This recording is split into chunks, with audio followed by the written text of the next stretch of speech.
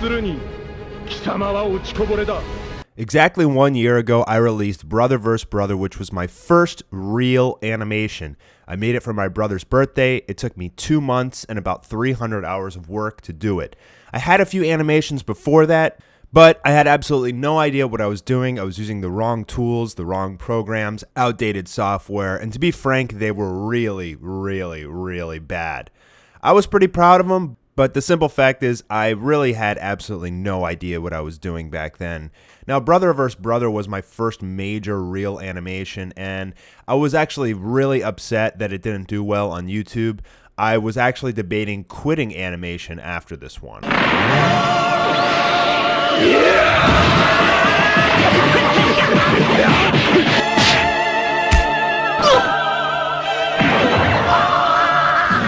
Fast forward to exactly 1 year later when I released Goku vs. Superman.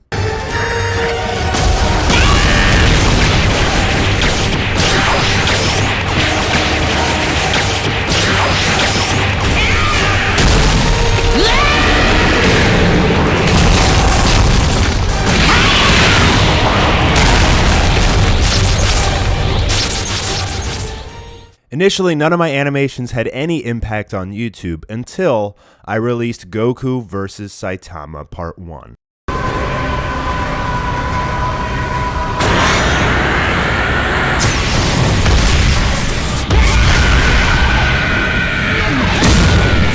It was another animation that took me 2 months of about 12 hours a day, and I said to myself, if this one isn't successful, I am definitely quitting animation for good.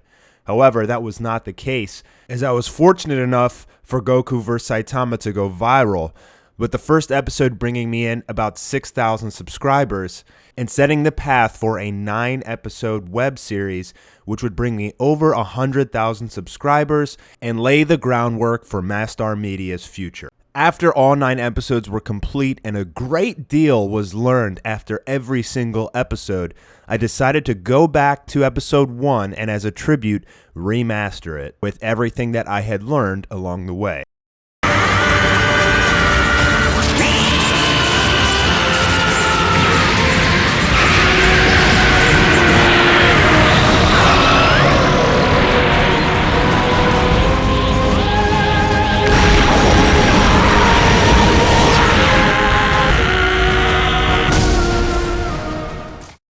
Since then, I attempted to do my own story called Demon Rush about a man who is the savior from a world which is ravaged by demons after the gates of hell are opened. While I was extremely proud to release the official trailer for my own series, after the release, I realized that I still have a long way to go before I'm at the point where I can release my own series. I am still learning a ton day after day. I am nowhere near perfect as an animator or as an editor or as a producer, and every single animation I produce, I learn an exponentially greater deal of information and tools and things that I can use in order to improve my own animations. Eventually, I will return to Demon Rush and try to turn it into a full-fledged series, but there is still a lot of growth that I need to accomplish before I am ready to take on making my own series a reality. Here are the most major things that I have learned in my past year on a journey to becoming an animator. The first is to invest in a graphics tablet. It may be hard to believe, but I actually did not use a tablet for all of Goku vs. Saitama. I did have a Wacom Intuos tablet, which I absolutely despised using because it didn't feel natural. So I was forced to just use the line tool and my mouse and just bend the lines to exactly what I wanted. So I suggest investing in either a Cintiq or a Nova, which is what I use. I will put the link in the description. I absolutely love it. It increases my speed about 3-fold, and I'm able to get those crisp lines that makes it feel more of like an actual anime. The next major thing that I learned is to use vector art, meaning the pencil tool, line tool, or paintbrush tool in Flash, not the brush tool. So I only use the brush tool for painting now, but I used to use the brush tool for actually drawing the characters. Now, vector art is incredibly important for several reasons. One, it speeds up the process as you can reuse body parts. 2, it's easier to paint. 3, it gives you much cleaner, crisper lines. And 4, it gives you the ability to bend the lines. For example, if you want to do a symbol of a character's hair or clothes flowing, you could simply just pull and drag the lines out or in just to give that effect that hair or clothes are waving in the wind. This dramatically speeds up your overall production time. Next is to use a higher resolution. When I first started, I was using 800 times 450 for my Flash animations because that's what I learned from a tutorial, which was good to use for YouTube, but that must have been an old tutorial and fairly outdated because later on I learned that 1280 times 720 is a really good resolution for YouTube videos and your Flash animations. And once I increased that resolution, people were telling me, oh my gosh, I can see such a crisp difference in your lines. The line quality looks so smooth now. So that must have been the major difference. The next thing I learned is to get really good at a video editing program. Now, if you're going to use Flash, I recommend you just buy the entire Adobe suite, which is what I use. And that comes with Premiere Pro, which is arguably the best video editing program on the planet. Now, video editing is almost as important as the animations. When I first started, I was using Windows Movie Maker because I thought, oh, all I have to do is export my Flash video and then put some music behind it and I'm done.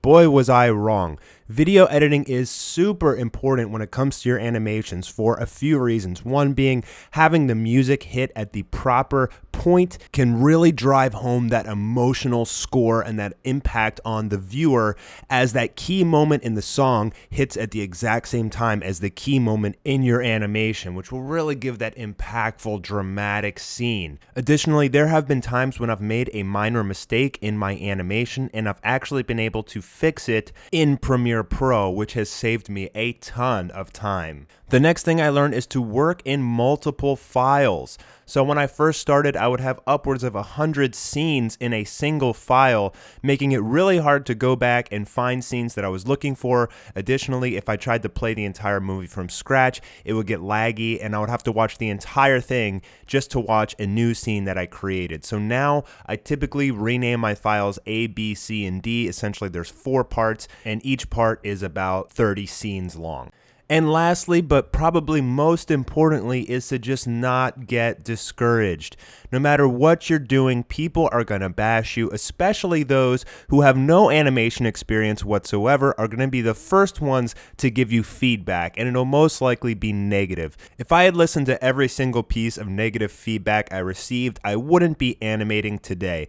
People will be very harsh of you and your animations. They'll be critical of everything you do, and the most important thing is to just stay strong and persevere because you can always get better, you can always learn, and to be honest, what they think really doesn't matter if what you're doing is special to you. If you're having fun and you're enjoying the animations you make and you're making even a few people happy, then more power to you. Now, some people will give you good constructive criticism, and you have to be able to take good constructive criticism when they're being kind and they're legitimately just trying to help you improve. Those are the kinds of people you want to listen to. But it's the people who are really arrogant and destroy you and try and put you down. Those are the people you just have to ignore it and just keep pushing forward. You will only get better. There is no animator that is perfect.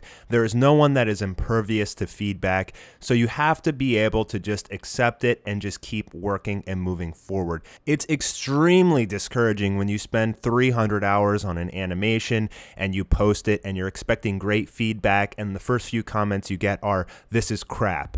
Everybody has to start somewhere. And the fact of the matter is these people who say these things and post these comments probably aren't animators. If they were animators, they would give you good, constructive criticism and good feedback on how to improve. It's the people who can't animate that are going to be the biggest a-holes. They have absolutely no idea the amount of work and late nights and sweat and tears you have put into your work. So it is extremely important that no matter what, you keep your chin up and you just keep animating and you keep improving and you keep getting better. Ultimately, in the end, just do what you want, do what makes you happy. That's why you're animating in the first place. Thanks for joining Mastar Media today. I hope this video helps some of you guys out. Please make sure to hit that subscribe button if you haven't already, and I will see you guys tomorrow for another video.